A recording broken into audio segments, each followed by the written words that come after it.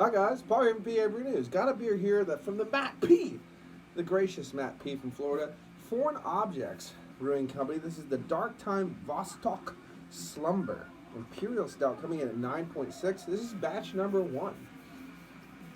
And we will read all the good stuff after we do it because I tried to read some tiny little writing. I don't really think this has a label out, folks. So we're just gonna dump it in. I tried to read some tiny little writing on, here, we'll just put that as the label, on my brony beer, and threw some tasting notes out there. I don't like to do that, so we're going to wait until the end to read all that tiny little writing. Here we go. Oh, alcohol like sticking from the 9.6%. Absolutely sticking. Really nice, and this is exactly what I need because my stupid ass just really wanted a cup of coffee after work. But you're not supposed to drink cups of coffee after work. You know what I mean? Krang in the bottle, little weird aborted thing that's not moving yet. It's not moving yet. But yes, come on, lava lamp, do your magic. It's not even that hot. I remember my grandmother's lava lamp had holes like here, and you could see it glowing through the little portholes, and that thing would get fucking hot. This might get hot as well. It just might take a little bit long. By the time I get done with it, it might actually start moving. Move it to the middle so it doesn't fall over. I don't know. We just got it. I saw it. And I was like, we need to get this. It was $1, so I can't complain. Let's get an aroma on this one. The McLaren River Glass from Good Pennsylvania. Go check them out. Okay. Cheers.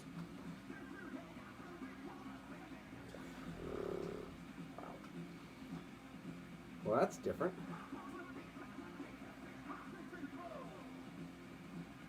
That is very cigar-like. Like a nice, like smoked Nicaraguan kind of good cigar. Dark, rich, peppery. Caramels. Cherries. Almost a nuttiness, like a pecan walnut kind of husk nuttiness coming up through. There's a nice smokiness to this. A lot of pepperiness, like a rye type pepperiness. Yeah, it's got brown sugar tones. It has almost like a rye pepperiness kind of wafting through everything. A lot of smoky char. Caramel. It's like a brown sugar caramel tone. A little baker's chocolate, dark chocolate. Ooh. This is a beast of a beer. Smell like it looks a little thin, but it smells really nice. Blech. Cheers.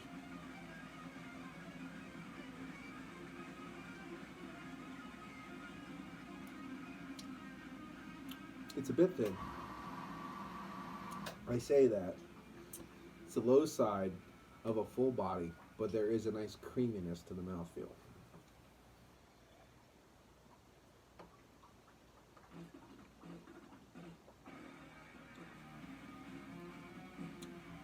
Medium side of a full side of a medium body, low side of a full body, in that range, hovering back and forth.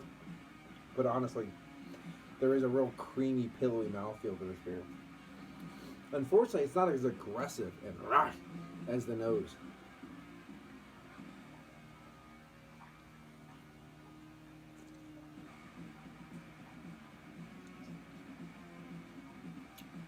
Yeah, weird.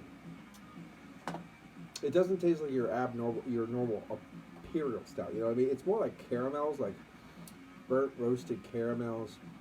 That brown sugar makes sense. Brown sugar, burnt roasted caramel, a little bit of a nuttiness.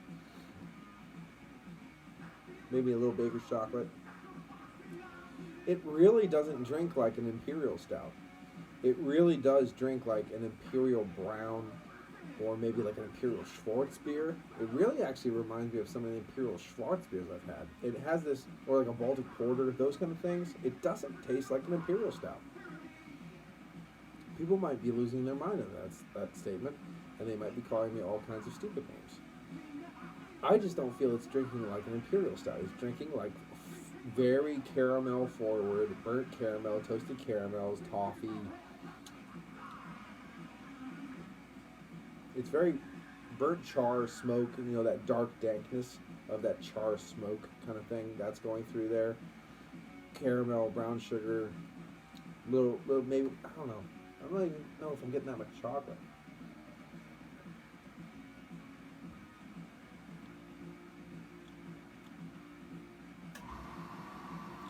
It's good.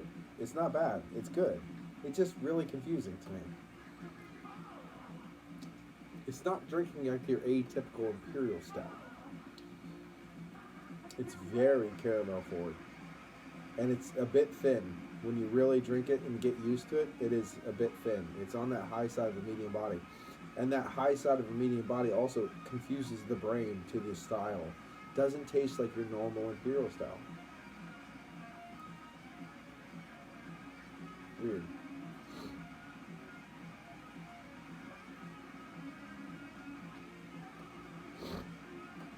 By the way, this is a lava brand. A lava brand motion lamp. I've never heard it. I guess that's what they call those things.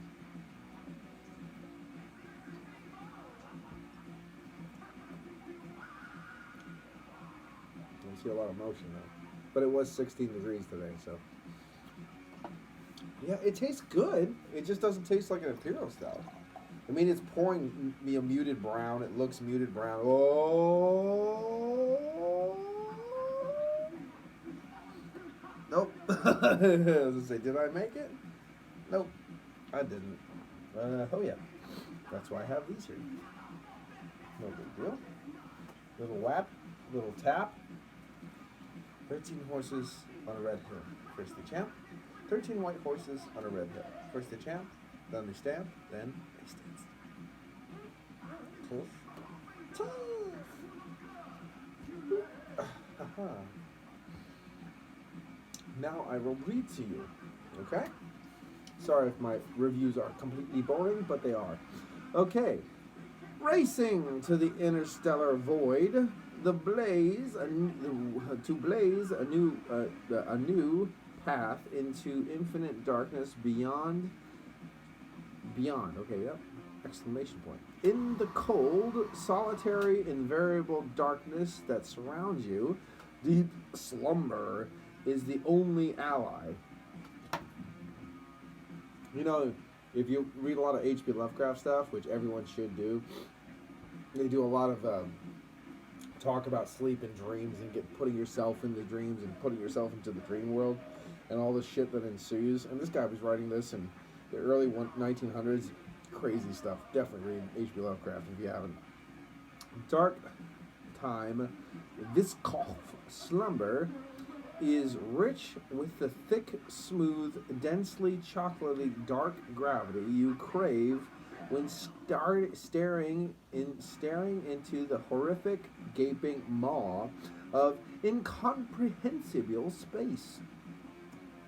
Incomprehensible space. Brewed with a massive payload of creamy oats, chocolate malts, oat caramel rye. Well, that makes sense with all that peppery rye that I was saying in the nose and the caramel that's in the taste. And milk sugars. This deep stout is thick, silky smooth, and infinite for the ceaseless nights ahead. I don't know about all that. Someone took a lot of time to make that up. Rocky top, rocky top, rocky top, rocky top, way top, way top, rocky top, way top. Okay, here we go. Let's get into it. Cheers.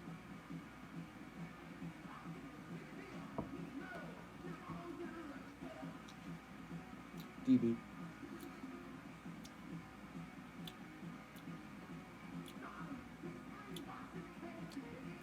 In the trailing aspect too, there's a note of the booze, but that's nice.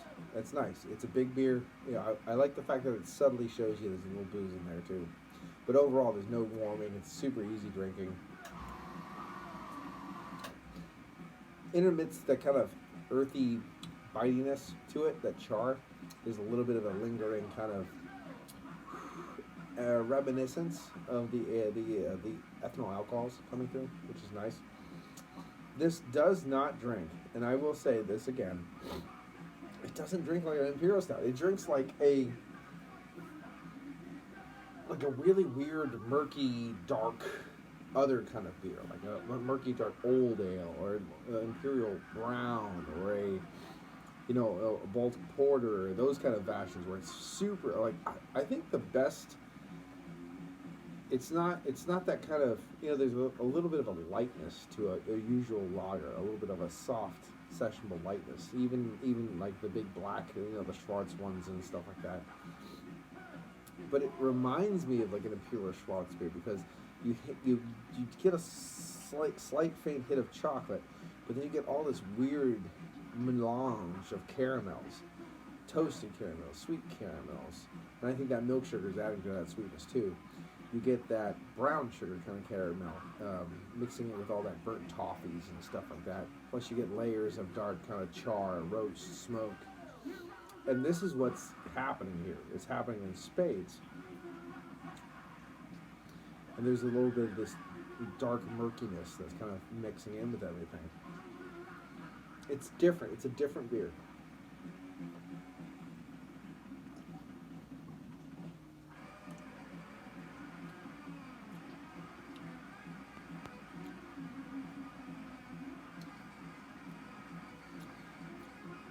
It's a different beer. It's not going to be for everyone. It's going to be polarizing. Like, for instance, if I wanted an Imperial Stout and I got this, I'd be a little upset. I would, because it's not a rich, thick, decadent chocolate, char, smoke, give me some Imperial Stout. It doesn't taste like an Imperial Stout. Believe me, I've had more than two. You know what I mean? Like, I've had lots of Imperial Stouts. I think the one month on PABrewNews, all I did was Imperial Stouts because I went to that massive beer hall and I just realized that I accidentally bought all Imperial Stouts. I was kind of burnt out by the end of that. But this one really doesn't taste like an Imperial Stout. There's something about it. It's too light. It's too this. It's too that. It's too that. But it's not bad. It's a good beer. It's just different. And I'm not going to be one of those bitches that kind of sits on their JP, blowjobs and punch punching, the, BJCP fucking. I'm just going to mention it. It's a brief mention, okay?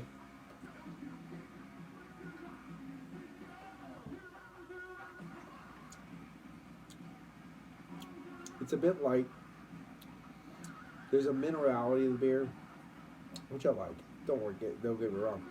But after the beer has settled down and I've acclimated myself to the beer, and the more it's sat in the glass, taking my time, it starts getting thinner and thinner and thinner. And it's leaving this kind of blah tonality on my tongue. Not gonna lie, it's not the greatest. And the vinyl stopped because I didn't restart it.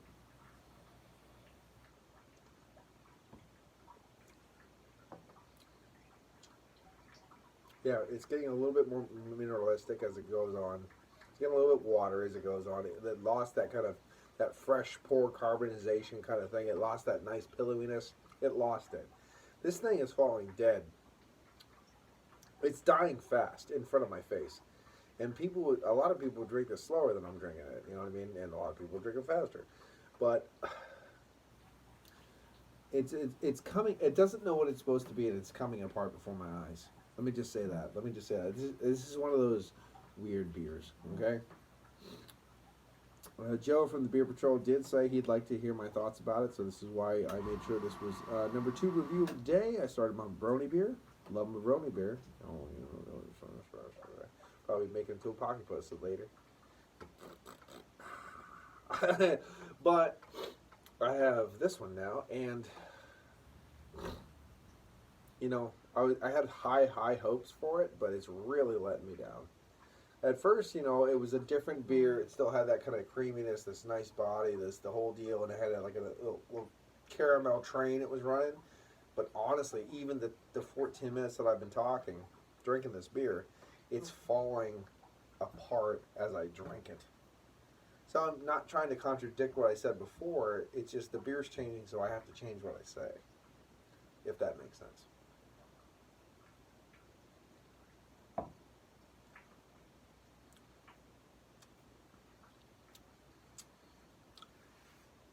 It tastes like a boozy, right now, I will say, it tastes like a boozy Imperial Brown Ale. And even as it's changed in the glass, I've said it's this style, it's this style, it's this style, it's this style. Now that I've taken this last swig, Imperial Brown Ale has really come up in the old brain box and said, okay, this is what this is. You know what I mean? The whole point of saying other styles and kind of taking you on the ride with me like that is trying to let you know it's not really your typical Imperial Stout. And if you really like Imperial Stouts, you might not like this one very much. It's not a bad beer. I can't give it the greatest score in the world. I'm not going to give it the worst score in the world. I'm definitely going to say it's above solid. It's a really nice beer. It's not textbook or by any means, so it's going to get a knockback for that. But it's above solid, so it still gets an 8 out of 10. It's still in the good beer category. Please pick this up. Give it a go. Like it. You know, let me know what you think about it if you've had it before. It's still a good damn beer. You know, it's just not, it's not a big, rich, kick-ass Imperial Stout. It's just something else. And you know what? I don't give a fuck what people think about me, and I'm a weird motherfucker, and I don't fit in anybody's category, and neither does this. You know what I mean? And you got to respect that. And it's not everybody's kit and caboodle, and neither am I. So, here I go. Maybe we're just 8 out of 10s, wafting back and forth between a whirl of 5s and 10s, and we're just doing our own thing, and we don't give a fuck. And these guys don't give a fuck, and that's good. So this is batch number 1. This is the first edition of Darktime Vostok Slumber. I just think, as a big lover of Imperial Stouts, as I am, and I brewed this, I would be unhappy. I would say, you know what, we got to do better next time. We got to really kick this shit up because this is just not hitting the marks, baby. But their marks might be different than my marks, you know what I mean? Not everybody can be a master like I am, you know, masturbator. But there we go. So this is batch number 1 of their Imperial Stout from Foreign Objects. You see the dot? Usually when I see just one dot like that, I always think of Adam Brew from Marvel Brewing Company. Adam from Marvel Brewing Company from England. But this is Foreign Objects. And, oh my God, I don't even think I told you where they're from. Waunakee, Wisconsin. And that explains everything. They don't know what they're doing in Wisconsin. It's all about cheese and Green Bay, and if it's not that, they're just lost. So that makes a lot of sense. But, you know, it's cold up there. They ass pack a lot, or no, something about packing. I don't, Packers, packing, I don't know. I think it's football. I think that's when they kick the thing across into the goal. No, that's a different thing. Is it the bouncy thing, or is the... I don't know. I think there's a pig skin involved. To each their own. I have no idea. Anyway, this has been PABrewNews. I'm gonna give this one an 8 out of 10. It's that little. And honestly, if 8.58 in that kind of category, it's not for everybody. But if you do like those kind of just boozy caramel beers, you'll like this one. Simple as that. This has been PABrewNews. Cheers.